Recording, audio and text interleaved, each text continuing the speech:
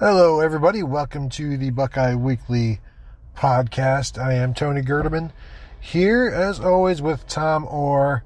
Tom, we just got done talking with Ryan Day for the Lightning Round Thursdays, where he, I wouldn't say he provides updates as much as answers a couple of questions and tries to provide as little information as possible on certain things, and is basically just there to appease us, the masses, and then he gets back on with his workday. Today was also his radio show. And again, I don't know that there is a lot to be learned from that other than kind of what we learned Wednesday when we talked to Jay Sean Cornell, who said he is back inside. And today Ryan Day said that a few defensive ends would be returning, but by a few, we're assuming he meant Tyreek Smith and Tyler Friday. We do not expect Jonathan Cooper back yet. We'll get that report on Friday. But for me, that was maybe the newsiest thing of the day. Yep, that's it. Okay, we're done. All right. Everybody, thank you for listening. Make sure to check out the rest of the podcasts. It wasn't a terribly eventful day.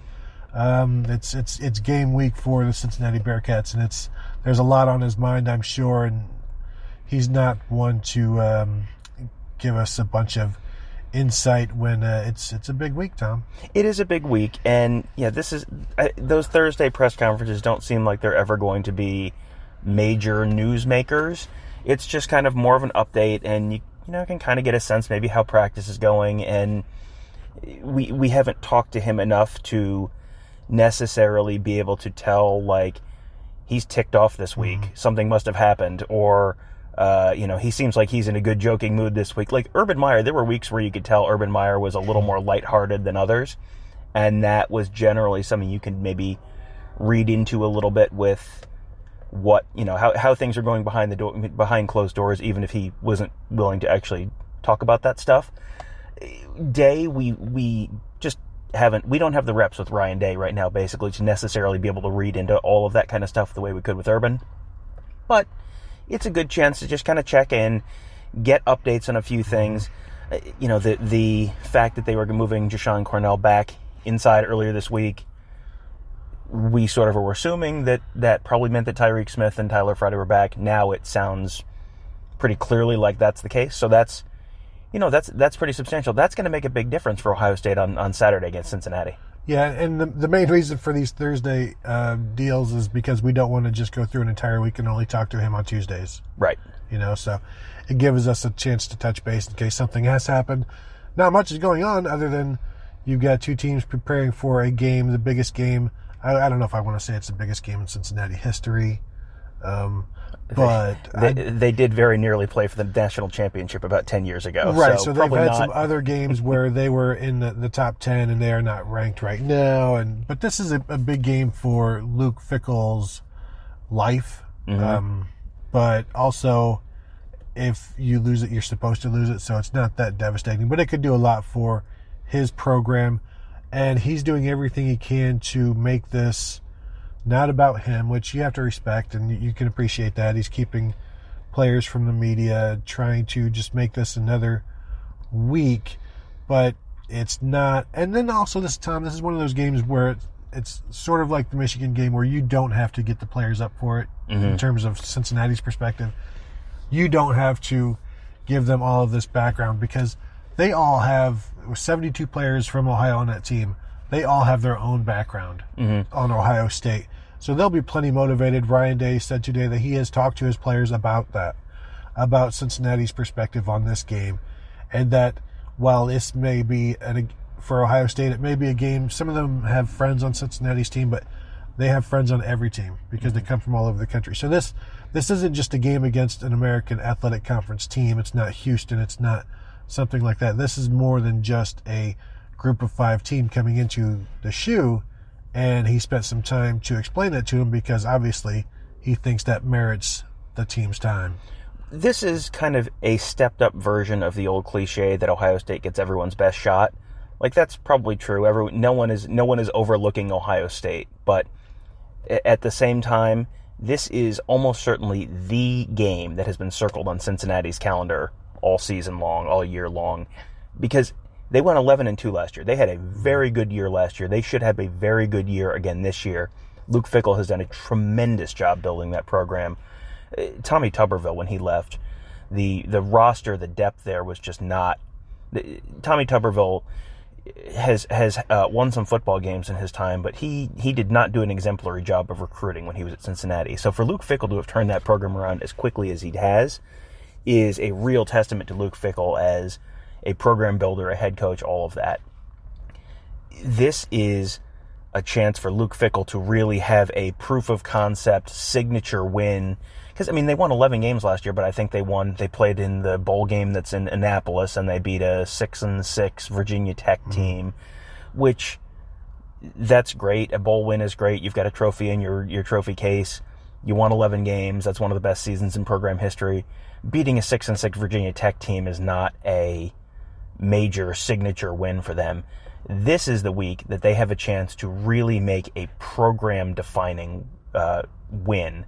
And that's something that Ohio State gets everyone's best shot every week, but they are really going to get Cincinnati's best shot. This is the week that Cincinnati is going to unload both barrels and do whatever they can to win.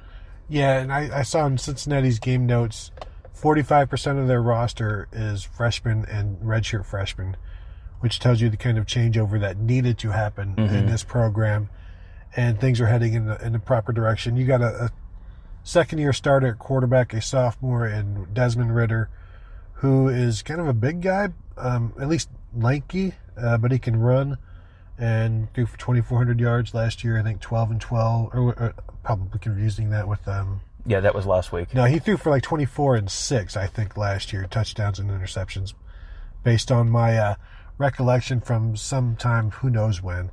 But he's a decent quarterback. They've got some, like I said, decent receivers. They got a good tight end that they go to. The star of the show would be Michael Warren, the running back, who didn't have a great game last week. Rushed for like 9, similar to J.K. Dobbins, but in terms of production last week. But when it's Cincinnati doing it against UCLA, there's not as much crisis management as opposed to when it's Ohio State struggling to run the ball with J.K. Dobbins a little bit against Florida Atlantic.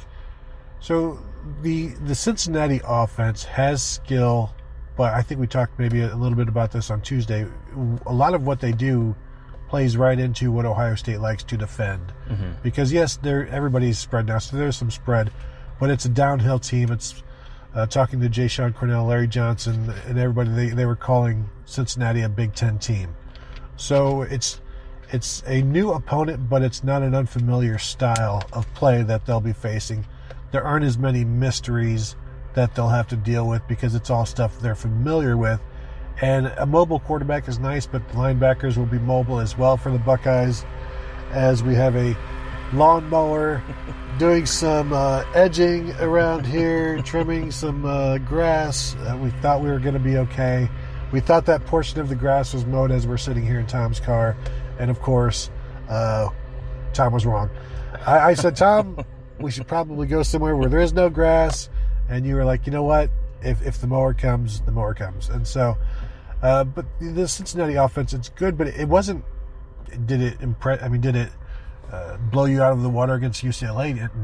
No. I mean, they ended up with 24 points and had a number of turnovers that they got. They were fine. I mean, they averaged 3.5 yards. Warren had 3.5 yards per carry on last Thursday night against UCLA. It was 26 carries for 92 yards, I think. And, that probably tells you a lot about what Ohio State can expect this week. If the game is kind of close, Cincinnati's probably going to try and pound it between the tackles, keep the clock moving, shorten the game. I mean, the longer the game goes, and just, if the more snaps Ohio State gets, the bigger chance that talent differential kind of plays out. So it's in Cincinnati's best interest to shorten that game, keep the clock moving, limit the number of snaps where their defense has to face Justin Fields at Ohio State running, or wide receiver core, J.K. Dobbins. I mean, the talent differential, kind of position by position, I mean, you said Cincinnati has how many players from Ohio? 70-something? I mean, how many of those players had an Ohio State offer? Right. Probably not too many. Maybe one, Malik Vann, defensive lineman. Yeah, and Blue Blue Smith, obviously, who Yes. came to Ohio State and then transferred to UC. I mean, and that's not a be-all and end-all that all of these players are actually better than Cincinnati, because Cincinnati has done a very good job developing some of those players. But just in terms of pure, raw material to work with, Ohio State's coaching staff probably is ahead of Cincinnati pretty much all the positions around the field. It's not nearly as big of a talent advantage as they had last week against Florida Atlantic. It's not as big as they're going to have in a couple weeks against Miami. But they have better players, for the most part, pretty much all the way around the field. That's the kind of thing that the more Ohio State can be on the field in terms of offense, the more likely it is that that plays out as a Buckeye win. And something I wrote about today, Ohio State having the element of surprise, the element of the unknown with their defense, because we saw some of it on Saturday against Florida Atlantic, but we didn't see all of it, and we'll see more of it on Saturday. And that was one of the things that Luke Fickell talked about this week in his meetings with the media. Is he was initially asked about the new stuff on offense for the Buckeyes, and he's like, well, they do what they do. I don't know how much better or how much more you could do. Mm-hmm. And he said the real problem is defensively, because you've got new coordinators, new system, and they didn't really show that much. Mm-hmm. And so he's like, well, maybe that is who they are, but that's not what they're expecting. They're expecting more. They're expecting some different exotic things, and just more than they saw on Saturday.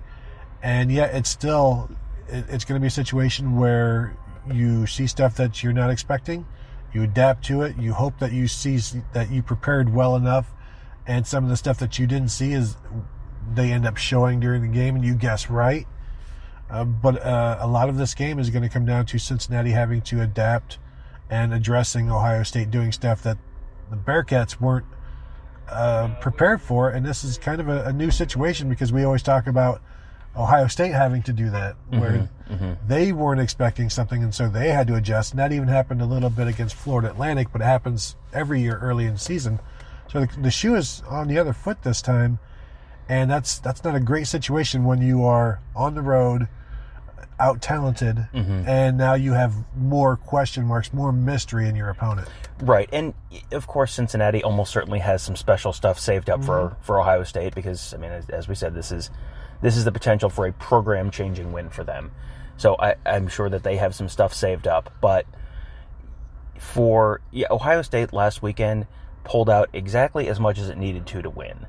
And with a relatively young quarterback coming in, there is a potential to, if you show some completely different stuff this week, really confuse him, create some turnovers. And Cincinnati probably needs to win the turnover battle by 2 or 3 to win the game. So if Ohio State's defense can force a turnover or 2, they only got the one last week in the very closing minutes, that Josh Proctor interception. If they can force another 2, can create some confusion, force a turnover, that would probably more or less ensure that they end up winning this game. Yeah, and you mentioned Ohio State pulling out just what they needed to. It's like if Bill Gates goes through the drive-thru to get a Popeyes chicken sandwich, and they tell him $3.99, and Bill Gates pulls out 4 ones. And that's all he needed. He didn't pull out the $1 trillion bill that he has on his wall. He just enough to get by. And I'm not saying Florida Atlantic is like a chicken sandwich. So that part of the analogy doesn't work so well. It kind of works. But yeah, they'll need to... This chicken sandwich this week is going to be a little bit more expensive. And so you might need a 10, you might need a 20. I don't think that $3.99 is going to get it done this week. And if it does, you know what? That's a pretty good value. Well, and to complete the analogy, Ohio State needs to make sure they don't leave their wallet at home, because you can have all the talent. You can have all the talent in the world. You can have as much money as you want. If you don't bring your wallet, you still can't pay. If Ohio State kind of no-shows this game, there is a potential for them to lose this game. I think that there is a tendency among Ohio State fans to look at this and go, well, it's Cincinnati, and it's an AAC team, and they haven't lost to an in-state team since 1921. It has literally been almost a century since they've lost to a team from Ohio. So just, you pencil this in as a win and move on to next week when they play Indiana. And you can do that with Miami in a couple weeks. I don't want to spoil anything. That's going to be a win. Cincinnati is not an automatic win. The line is 16 and a half, 16. something like that. That has seemed high to me all week. And I think that you've also got, even if they do end up winning by 16, 17 points, something like that, there's a decent chance that in the middle of the third quarter, this is a one-score or maybe a 10-point game. And, this is not a game that's going to be decided 8 minutes in like it was last weekend. This seems like a game that's going to go into the second half, and, it's 24-14 or 24-17 with 5 minutes left in the third quarter, and everyone's kind of shifting a little uneasily on their couches or in their seats in the stadium, because Cincinnati is a good enough team and a motivated enough team that they have a chance to, even if it's a 15% chance, you roll those dice, whatever, that coin is gonna come up a certain number of times on that side of the coin. Yep, and if you do show up without your wallet, you will, very, very well could be washing dishes after the end of this game. And speaking from experience, that is no fun. The Ohio State offense, Tom, I'm starting to think this is what I'm expecting on Saturday. I think they're going to struggle a little bit, and I think Justin Fields is going to have to get used to some things. The offensive line is going to have to get a little bit more aggressive. J.K. Dobbins has to see things better, has to run better. And if it means they've got to do Master Teague in there instead, I don't think that's going to happen. They're going to go 20, 30 carries with J.K., just continue to try to get that done. I think the thing I want to see most is how does Justin Fields play against a defense with a pulse, and even more than a pulse, and against a disciplined, talented defense that gets as much out of their talent as they can. And yeah, they're missing James Wiggins, the free safety, but the backup guy did pretty well last week, came away with an interception and played well. But I want to see what he does against a defense that is going to, has the ability to disguise things and make something with those disguises. They can move, they're fast, they can just make life difficult for him. Florida Atlantic couldn't. So I want to see what he looks like when things aren't easy. Yeah, and it didn't always look easy last week either. This Ohio State team is far from a finished product on offense because they've only got just a handful of returning starters this year. You got a new quarterback. You got 4 new starters on that offensive line. That is a lot to have to overcome at the start of the year, because those are spots where you need the experience. You need the reps. You need the reps working together. You need the reps reading defenses. You need the reps in the system. All of that. Those are positions where experience matters. And right now, Ohio State doesn't have experience in any of those spots. So this is the time of year that you want to be catching Ohio State. By the end of the year, this is an Ohio State team that probably is significantly better than Cincinnati. I would say in November, I would think a 17 to 21 point line for Ohio State over Cincinnati would be quite reasonable. This is like last year, you wanted to catch Scott Frost and Nebraska early because it was a new coach, new system, new quarterback, everything. It's kind of a low-key version of that this year for Ohio State. You want to catch Ohio State early. Cincinnati gets Ohio State early. I think I would not be at all surprised to see 7-3 at the end of the first quarter, 7-3 in the middle of the second quarter, something like that, or Ohio State, has to punt on 5 of its first 6 drives or something like that. They're gonna throw stuff at Justin Fields he hasn't seen before. The offensive line is talented, but still kind of working some stuff out. And Brian Day talked today about the fact that they're still kind of working some stuff out. And so yeah, don't be real surprised if there's a slow start or if things bog down at some point. I mean, things bogged down against Florida Atlantic. Like it is going to potentially happen again, and there's just I don't think there's any way. I don't think there's any way around it. I don't think there is a scenario where Ohio State goes out and just like hangs 63 this weekend and everything is just real smooth and easy the whole way through. Well, here's my thing also, because I don't know yet. The focus this week has been on not slowing down, on not lulling, if that's actually a thing. Could we see?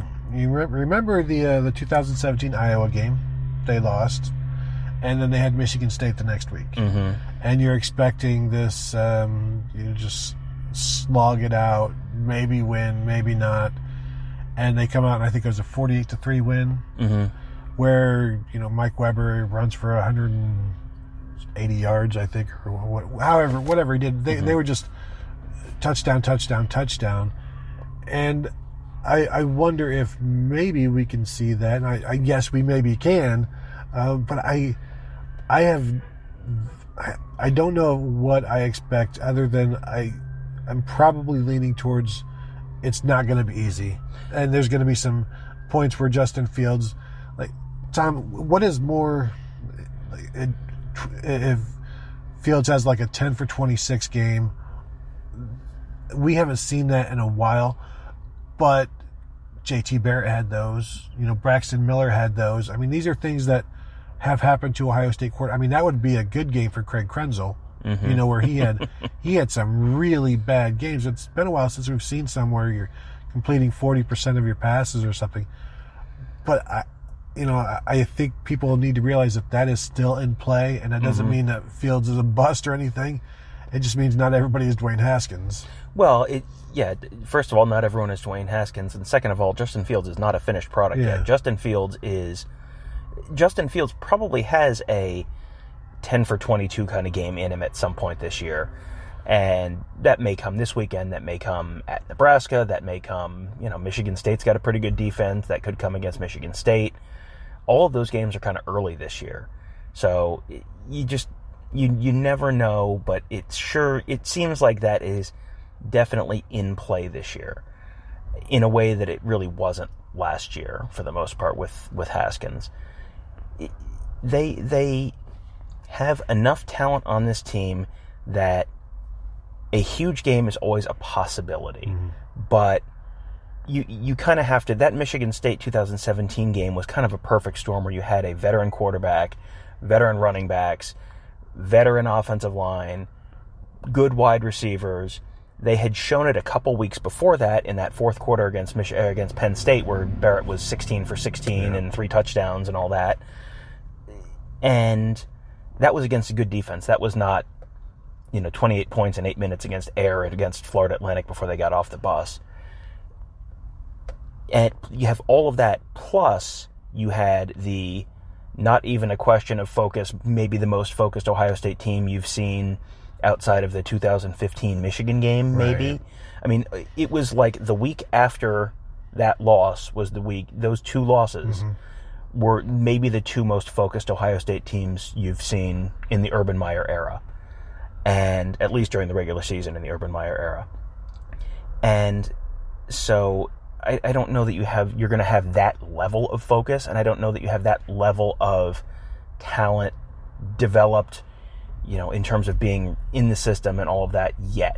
Like, they could get there talent-wise and experience-wise later this year. I don't think they're there quite yet, and I don't think the motivation is there quite yet. But that's in play later in the year for sure. Let's talk about special teams real quickly here. What's more likely, DeMario houses a punt or a kick return, or Ohio State wins 48-3? I would say a punt return or kick return. And because as I went through the media notes this week and went, is that possible? Yes, the last Ohio State kickoff return for a touchdown was 2010 against Michigan, Jordan Hall. And the really funny thing about that is, technically, according to the NCAA, that never happened. Right. So the actual NCAA record of the last kickoff return is even longer than that. So it's like 10 years since they've returned a kickoff return. But yeah, if you're including punt returns, yeah, I'll go with a kick return or punt return being more likely. DeMario had a Dontre Wilson special, the Dontre Wilson special last week where just somebody clips his foot and that's the last guy. And if that wouldn't happen, he would have scored. So, maybe I think he's definitely one to watch with the special teams, and that could be something good for this team. Tom, last night I was forced to give my score prediction, and I went 31-13. And I didn't put a lot of thought into it, but I didn't know if I should go more than that. I feel good about 13-17 for Cincinnati because until I see Ohio State's defense be bad, I'm going to assume that it's good. The Ohio State offense is good enough to, after 60 minutes of play, I think put 31 points on the board. I just don't know that I'm expecting them to be better than goodish. Yeah, and this is something I should have been prepared for because, hey, it's Thursday. We're doing a podcast. Of course, we're going to talk about score predictions. And I haven't sent out my email to everybody for their score predictions. So, yeah, I haven't. I reserve the right to tweak these numbers a little bit in our Friday score predictions column. But, yeah, something in that neighborhood. I would say a little more on Cincinnati and maybe a little less on Ohio State, like a 27-17 kind of thing, and that's maybe one of those Cincinnati touchdowns is either on a fumble return, on a pick six, or set up, where they start the drive on the Ohio State 5-yard line or something like that. Because I think that, and boy, imagine going back to last October and saying this. I think that the Ohio State defense, I have a lot more faith that the Ohio State defense is what we think it is than I do in the Ohio State offense right now. Like the defense just, what we saw from the defense last week in terms of what they did schematically, the advantages they have personnel-wise, that seems more sustainable to me than the first 8 minutes of the offense last weekend. So I think 27-17, something like that. Ohio State maybe turns it over once, maybe twice, keeps Cincinnati in it, bogs down a couple times, kicks some field goals in the red zone instead of scoring touchdowns, that kind of stuff. But they'll win, but probably not cover that 16.5 number. All right. I know Ryan Day wants his defense turning the ball over more. He said that today, where talking about the secondary, they need to get their hands on more balls. And I think maybe when you get what you emphasize, I think they're going to be emphasizing that this week. So watch out for that. Tom, do you have anything else on this game before we talk to the people again on Saturday before the game? Sorry, I didn't mean to startle you with that Friday thing. That's my bad. Yeah, kind of got me concerned that I had missed a memo. No, I think we're good. There you go. Last week, everybody doing the staff picks went with took Ohio State to cover, and they did not. So maybe this week, if nobody takes Ohio State to cover, then we'll get that 48-3 game that and then I get to write about pancakes next week. There you go. Because yes, yeah, there's a deep cut for you longtime Ohio State or Ozone readers. Real deep cut for you. All right, so thank you all for listening. Check out theozone.net for everything that is being written, and make sure to check out the rest of the shows on the Ozone Radio Network, including this one and the others, which would be the Buckeye Slipcast and the Silver Bullets podcast. Have a good day.